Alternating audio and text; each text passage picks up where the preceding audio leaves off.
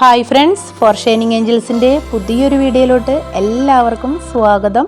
അപ്പോൾ ഇന്നത്തെ വീഡിയോ എന്താണെന്ന് വെച്ചിട്ടുണ്ടെങ്കിൽ, നമ്മുടെ വീടുകളിൽ നിറയെ തന്നെ പൂവിട്ട് നിൽക്കുന്ന ഒരു ചെടികളാണല്ലേ ഈ ബൊഗേൺവില്ല. അതായത് പല പല വെറൈറ്റിയിലും പല പല കളറിലൊക്കെ ആയിട്ട് നമുക്കിത് ലഭ്യമാണ് നഴ്സറിയിൽ നിന്നും. അപ്പോൾ നമ്മളിതൊക്കെ വീട്ടിൽ വാങ്ങിക്കൊണ്ടുവന്ന് വെച്ച് നല്ല രീതിയിൽ പോട്ടൊക്കെ ചെയ്ത് അത്യാവശ്യം വളം രീതികളും എല്ലാം കൊടുത്തിട്ടും ഇതിനകത്ത് പൂക്കൾ ഉണ്ടാവുന്നില്ല എന്നുള്ള പരാതികളാണ് ഒട്ടുമിക്ക ആളുകൾക്കും. അപ്പോൾ ഈ വീഡിയോ കണ്ടിട്ടുണ്ടെങ്കിൽ നിങ്ങളുടെയൊക്കെ ബൊഗേൺവില്ലയിൽ പൂവിടുന്നില്ലെങ്കിൽ ഞാൻ ഈ പറയുന്ന രീതിയിലൊക്കെ ഒന്ന് ചെയ്യുകയാണെങ്കിൽ നിങ്ങളുടെ പൂക്കാതെ നിൽക്കുന്ന ബൊഗേൺവില്ലയൊക്കെ ഉണ്ടല്ലോ, നിറയെ തന്നെ പൂവിട്ടോളൂ കേട്ടോ. ബൊഗേൺവില്ല നിറയെ പൂവിടുന്നൊരു മാസം എന്ന് പറയാനായിട്ട് മഴക്കാലമൊക്കെ മാറി നമ്മുടെ ഡിസംബർ ജനുവരി മുതലാണ് ഇതിനകത്ത് നിറയെ തന്നെ പൂവിടുന്ന മാസം. അപ്പോൾ ആ ഒരു ടൈം ആകുമ്പോഴത്തേനും നമ്മൾ ഇത് നല്ലപോലെ കെയർ ചെയ്യുകയാണെങ്കിൽ ഒരുപാട് പൂക്കൾ തരുന്നൊരു ചെടിയാണ് കേട്ടോ. അപ്പോൾ എൻ്റെ കയ്യിലുള്ള വെറൈറ്റീസാണ് ഇതെല്ലാം. അപ്പോൾ ഞാനിത് നഴ്സറിയിൽ നിന്നൊക്കെ വാങ്ങിക്കൊണ്ടുവന്ന് പോട്ട് ചെയ്ത് വെച്ചിട്ട് ഫസ്റ്റ് ഫ്ലവറിങ് ഇടൂലേ, അന്നേരം ഇതിനകത്ത് പൂക്കളൊക്കെ കുറവായിരുന്നു. അപ്പോൾ ഞാൻ ഇതിനകത്ത് നിറയെ പൂവിടാനായിട്ട് നമ്മൾ എന്തൊക്കെ ചെയ്യണം എന്നൊക്കെ നെറ്റിലൊക്കെ സെർച്ച് ചെയ്തിട്ട് നമ്മൾ ഇതിനകത്ത് കൊടുക്കേണ്ടുന്ന വളം രീതി കറക്റ്റായിട്ട് കൊടുത്തു കഴിഞ്ഞപ്പോൾ ഇത് നിറയെ തന്നെ പൂവിട്ടു കേട്ടോ. അപ്പോൾ ആ ഒരു എക്സ്പീരിയൻസും കാര്യങ്ങളുമാണ് ഞാൻ ഇന്നത്തെ വീഡിയോയിലൂടെ എല്ലാവരുമായിട്ട് ഷെയർ ചെയ്യണത്. അപ്പോൾ എല്ലാവരും തന്നെ വീഡിയോ ഫുള്ളായിട്ട് കാണണേ. ഇപ്പം നമ്മുടെ കയ്യിൽ ഏതെങ്കിലും ബൊഗേൺവില്ല പൂക്കാതെ നിൽക്കുന്നുണ്ടെങ്കിൽ നമ്മൾ എന്താ ആദ്യം ചെയ്യേണ്ടതെന്ന് വെച്ചിട്ടുണ്ടെങ്കിൽ, അത് നമ്മൾ ആദ്യം ഹാർഡായിട്ട് തന്നെ പ്രൂൺ ചെയ്ത് കൊടുക്കുക. എന്നിട്ട് നമ്മൾ അതൊരു പോട്ടിൽ നിന്നും ഫുള്ളായിട്ട് എടുത്തിട്ട് നല്ലൊരു പോട്ടിൻ മിക്സ് കൊടുത്തിട്ട് അതിൻ്റെ ആ പഴയ മണ്ണും അതൊക്കെ മാറ്റി കളഞ്ഞ് ക്ലീൻ ചെയ്തതിന് ശേഷം നമ്മൾ നന്നായിട്ടൊന്ന് പോട്ട് ചെയ്യാൻ ശ്രദ്ധിക്കുക. അതായത് പോട്ടിൻ മിക്സായിട്ട് നമുക്ക് മണ്ണും മണലും ചാണകപ്പൊടി, ചകിരിച്ചോറ്, വേപ്പിൻ പിണ്ണാക്ക്, എല്ലുപൊടി അതൊക്കെ യൂസ് ചെയ്തിട്ട് നമുക്ക് ഇത് പോട്ട് ചെയ്യാം. അതായത് നമ്മൾ വെള്ളം ഒഴിക്കുമ്പോൾ കെട്ടി നിൽക്കാൻ പാടില്ലാത്തൊരു സൈസ് മണ്ണ് തന്നെ നമ്മൾ തയ്യാറാക്കണം പോട്ടിൻ മിക്സായിട്ട്. ഇനിയിപ്പോൾ നമുക്ക് ഇതിനകത്ത് ഏതെങ്കിലുമൊക്കെ ഒരു വളം സ്കിപ്പ് ചെയ്യാന്നുണ്ടെങ്കിൽ സ്കിപ്പ് ചെയ്യാം. നമുക്കത് കിട്ടുന്നത് അനുസരിച്ച് നമ്മൾ ഇട്ട് കൊടുത്താൽ മതി. എന്നിട്ട് നമ്മൾ ആ ഒരു രീതിയിൽ പോട്ട് ചെയ്തതിന് ശേഷം നമ്മൾ അതിനകത്ത് ഒരു മാസം കഴിയുമ്പോഴത്തേനും ചെറുതായിട്ട് ലീഫുകൾ വന്നു തുടങ്ങും. അപ്പോൾ ലീഫുകൾ വന്ന് തുടങ്ങുമ്പോൾ മുതൽ നമ്മൾ ഓർഗാനിക്കായിട്ടുള്ള വളങ്ങൾ കൊടുക്കുക. എന്നിട്ട് നമ്മൾ അതിനകത്ത് നിറച്ചും ലീഫുകളൊക്കെ വന്ന് തുടങ്ങിയതിന് ശേഷം അതൊന്ന് ഗ്രോത്തായി വന്നതിന് ശേഷം നമ്മൾ അതായത് ഈ ഫ്ലവറിങ് ടൈമൊക്കെ ആകുമ്പോഴത്തേനും അത്യാവശ്യം ലീഫുകളൊക്കെ വരുമ്പോൾ നമ്മൾ രാസവളങ്ങൾ ആഡ് ചെയ്ത് കൊടുക്കാൻ ശ്രദ്ധിക്കുക. അതായത് നല്ല രീതിയിൽ ഫ്ലവറിങ് ഉണ്ടാവാനായിട്ട് ഞാൻ ഈ വീഡിയോയിലൂടെ പറയുന്ന വളം നിങ്ങൾ ഇട്ട് കൊടുക്കുകയാണെങ്കിൽ നിങ്ങളുടെ വീട്ടുകളിൽ പൂക്കാതെ നിൽക്കുന്ന ബൊഗേൺവില്ലയിൽ നിറച്ചും തന്നെ പൂക്കളുണ്ടാവും. അത് ഞാൻ ഗ്യാരണ്ടി പറയുകയാണ്. പൂക്കാതെ നിൽക്കുന്ന ബൊഗേൺവില്ലയിൽ നിങ്ങൾ ഇതുപോലെ ഒന്ന് ട്രൈ ചെയ്ത് നോക്കാം കേട്ടോ. അപ്പോൾ മഴക്കാലം തുടങ്ങിയിരുന്നപ്പോൾ ഞാൻ ഇതിനകത്ത് വളങ്ങളൊന്നും തന്നെ ചെയ്തു കൊടുത്തിട്ടുണ്ടായിരുന്നില്ല കേട്ടോ. അപ്പോൾ എന്താണെന്ന് വെച്ചിട്ടുണ്ടെങ്കിൽ മഴ പെയ്യുന്ന സമയത്ത് നമ്മൾ ഇതിനകത്ത് രാസവളങ്ങളോ ഓർഗാനിക്കായിട്ടുള്ള വളങ്ങളൊക്കെ ഇട്ട് കൊടുക്കുമ്പോൾ ഇതിനകത്ത് എല്ലാം ചോർന്ന് ഒലിച്ച് തന്നെ പോകും. അപ്പം ഞാൻ ഈ ചെടികൾക്കൊക്കെ മഴക്കാലത്ത് യാതൊരു വളം ഇട്ട് കൊടുത്തിട്ടില്ല കേട്ടോ. അപ്പം ഞാനിവിടെ ചെയ്യുന്ന ഒരു മെത്തേഡ് എന്ന് പറയാനായിട്ട്, മഴക്കാലത്ത് നമ്മൾ ഈ ഒരു ചെടികൾക്ക് ഒരു വളം ഇട്ട് കൊടുക്കേണ്ട ആവശ്യമില്ല. കാരണം നമ്മൾ മഴക്കാലത്ത് വളം ഇട്ട് കൊടുത്തിട്ടുണ്ടെങ്കിൽ അതെല്ലാം ചോർന്നൊലിച്ച് പോകും. ഈ മഴ ഫുള്ളും കൊണ്ടിട്ട് ഇതിൻ്റെ ലീഫുകളെല്ലാം കൊഴിഞ്ഞു പോയി ഇതാകെ ഡള്ളായിട്ടേ നിൽക്കുള്ളൂ. നമുക്ക് ഈ ഒരു ചെടികളെല്ലാം കൊണ്ടുപോയിട്ട് ഷെയ്ഡിലൊന്നും വയ്ക്കാൻ പറ്റില്ല. കാരണം നമ്മളിത് ഒന്നില്ലെങ്കിൽ മുറ്റത്ത്, അല്ലെങ്കിൽ മതിലിൻ്റെ മുകളിൽ, അല്ലെങ്കിൽ ടെറസിൻ്റെ മുകളിൽ അങ്ങനെയാണ് നമ്മൾ ഈ ഒരു പ്ലാന്റ് വെച്ച് വളർത്തുന്നത്. അതായത് നല്ല രീതിയിൽ വെയിൽ കിട്ടുന്ന ഒരു ഏരിയയിലാണ് നമ്മൾ ഈ ഒരു പ്ലാന്റ് വെച്ച് വളർത്തുന്നത്. അതുകൊണ്ട് നമുക്ക് ഈ പ്ലാന്റുകളെല്ലാം എടുത്ത് ഷെയ്ഡിലോട്ടൊന്നും വെക്കാൻ പറ്റില്ല. അപ്പം നമ്മൾ നന്നായിട്ട് വെള്ളം കെട്ടി നിൽക്കാത്ത മണ്ണ് തയ്യാറാക്കിയിട്ട് നമ്മൾ ഈ പ്ലാന്റ് നട്ടിട്ടുണ്ടെങ്കിൽ നമ്മൾ ഈ പ്ലാന്റുകളെല്ലാം തന്നെ നമ്മുടെ മുറ്റത്തായിരിക്കും വെച്ചിട്ടുണ്ടാവുക. അപ്പോൾ അതുകൊണ്ട് തന്നെ മഴക്കാലത്ത് ഞാനിവിടെ വളമൊന്നും ഇട്ട് കൊടുക്കാറില്ല കേട്ടോ. ഞാനിവിടെ ചെയ്യുന്ന മെത്തേഡാണ് കേട്ടോ ഞാൻ ഈ വീഡിയോയിലൂടെ പറയുന്നത്. നിങ്ങളൊക്കെ ചെയ്യുന്ന രീതികളൊക്കെ വേറെ ആയിരിക്കാം. പക്ഷേ ഞാൻ ഈ ഒരു രീതിയിൽ ചെയ്ത് കഴിഞ്ഞപ്പോൾ എനിക്ക് നിറച്ചും തന്നെ പൂക്കളുണ്ടായി കേട്ടോ. അപ്പോൾ ആ ഒരു കാര്യങ്ങളാണ് ഞാൻ ഈ വീഡിയോയിലൂടെ എല്ലാവരുമായിട്ട് ഷെയർ ചെയ്യുന്നത്. അപ്പം ഞാനിവിടെ ഇങ്ങനെ ചെയ്തതെന്ന് വെച്ചിട്ടുണ്ടെങ്കിൽ, മഴക്കാലം തുടങ്ങുന്നതിന് മുമ്പ് ഞാനത് പ്രൂൺ ചെയ്ത് നിർത്തി.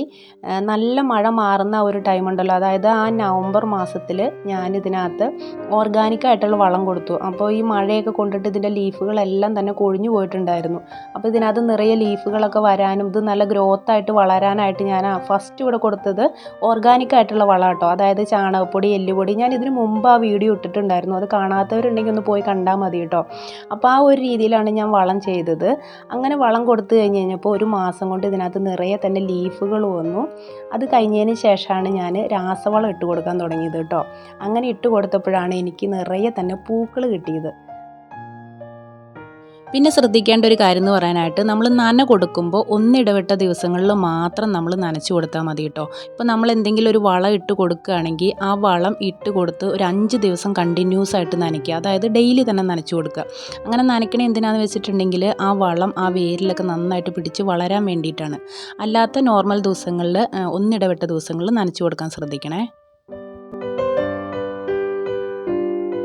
അപ്പോൾ നല്ല മഴയത്തൊക്കെ നമ്മൾ ഈ ഒരു ചെടി വെക്കുമ്പോൾ ഇതിനകത്ത് നിറച്ചും ലീഫുകളൊക്കെ കൊഴിഞ്ഞിട്ട് ഇതാകെ ഡള്ളായിട്ടായിരിക്കും നിൽക്കുന്നുണ്ടാവുക. അപ്പോൾ അങ്ങനെ ഇലകളൊക്കെ പോയിട്ടുണ്ടെങ്കിൽ നമ്മളാരും പേടിക്കേണ്ട ആവശ്യമൊന്നുമില്ല കേട്ടോ. ഇതിനെക്കുറിച്ച് അറിയാവുന്നവർക്കൊന്നും കുഴപ്പമില്ല.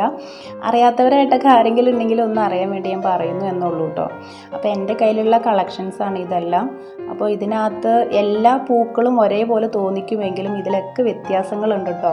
ഇതിൻ്റെ ലീഫിലൊക്കെ വ്യത്യാസങ്ങളുണ്ട്. ലീഫിൽ ഇങ്ങനെ വെരിക്കേറ്റഡ് ആയിട്ട് വരുന്ന ലീഫുകളാണ് ഇതെല്ലാം. പക്ഷേ കളറ് ഒരേപോലെ ഇരിക്കുമെങ്കിലും എല്ലാം വ്യത്യസ്തമായിട്ടുള്ള ബൊഗൈൻവില്ലകളാണ് കേട്ടോ എൻ്റെ കയ്യിലുള്ളത്. ഇത് കണ്ടില്ലേ, ഇതിൽ ഇങ്ങനെ വൈറ്റ് ഇത് വരുന്നുണ്ട് ലീഫിലൊക്കെ. പിന്നെ ഇത് കണ്ടില്ലേ, ഈ പൂവും ആ പൂവൊക്കെ ഒരേപോലത്തെ കളറാണെങ്കിലും ഇതിൻ്റെ ലീഫ് പ്ലെയിനാണ്. ഇതിൻ്റെ ലീഫ് കണ്ടില്ലേ. അപ്പോൾ ഇങ്ങനെ ഓരോ ഡിസൈനിലൊക്കെ വരുന്ന വ്യത്യസ്തമായിട്ടുള്ള ബൊഗൈൻവില്ലാസാണ് ഇതെല്ലാം.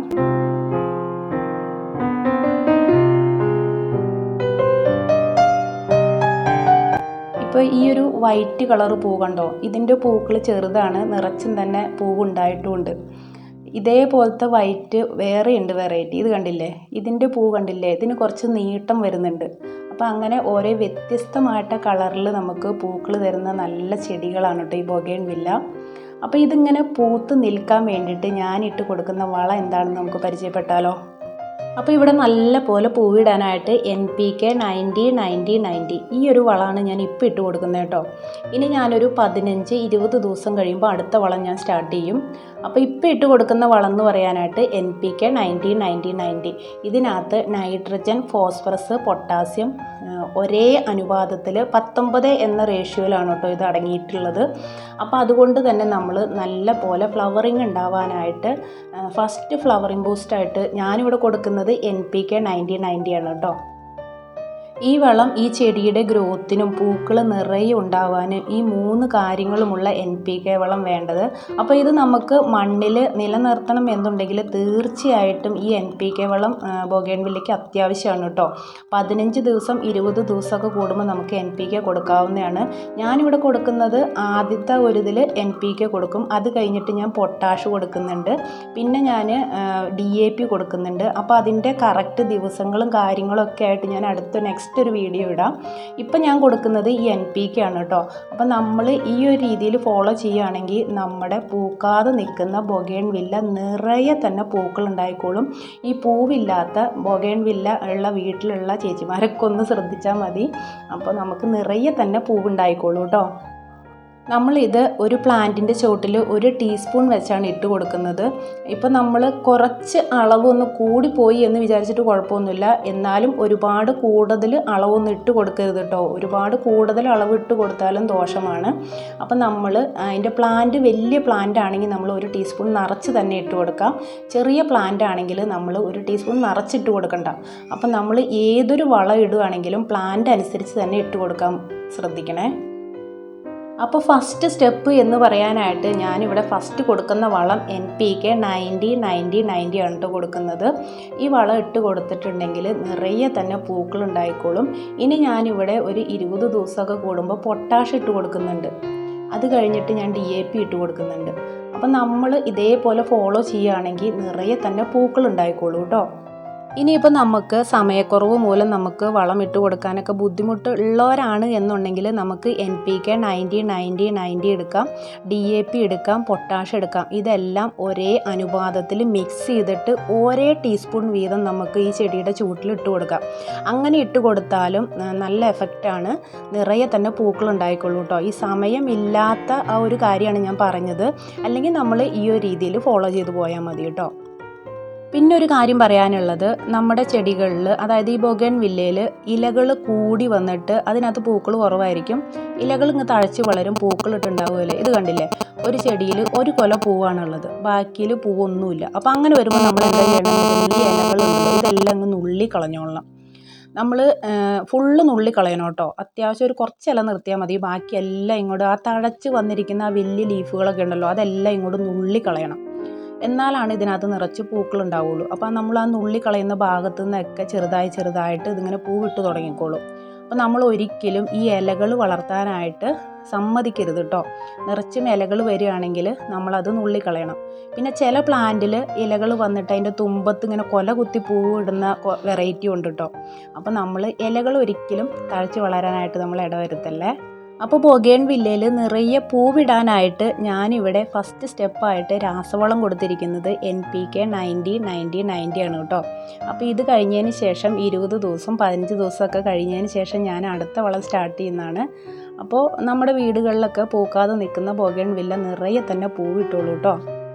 അപ്പോൾ ഇതിന് മുമ്പ് ഞാൻ ബൊഗൻവില്ല പൂക്കാനും ഇത് ലീഫുകളൊക്കെ നല്ലപോലെ വരാനും ഗ്രോത്ത് ആവാനൊക്കെ ആയിട്ട് ഞാൻ ഓർഗാനിക്കായിട്ടുള്ള വളമാണ് ഇട്ടത്. അപ്പോൾ ആ വീഡിയോ കാണാത്തവരുണ്ടെങ്കിൽ ഒന്ന് പോയി കാണുക, അത് കാണുമ്പോൾ അറിയാം.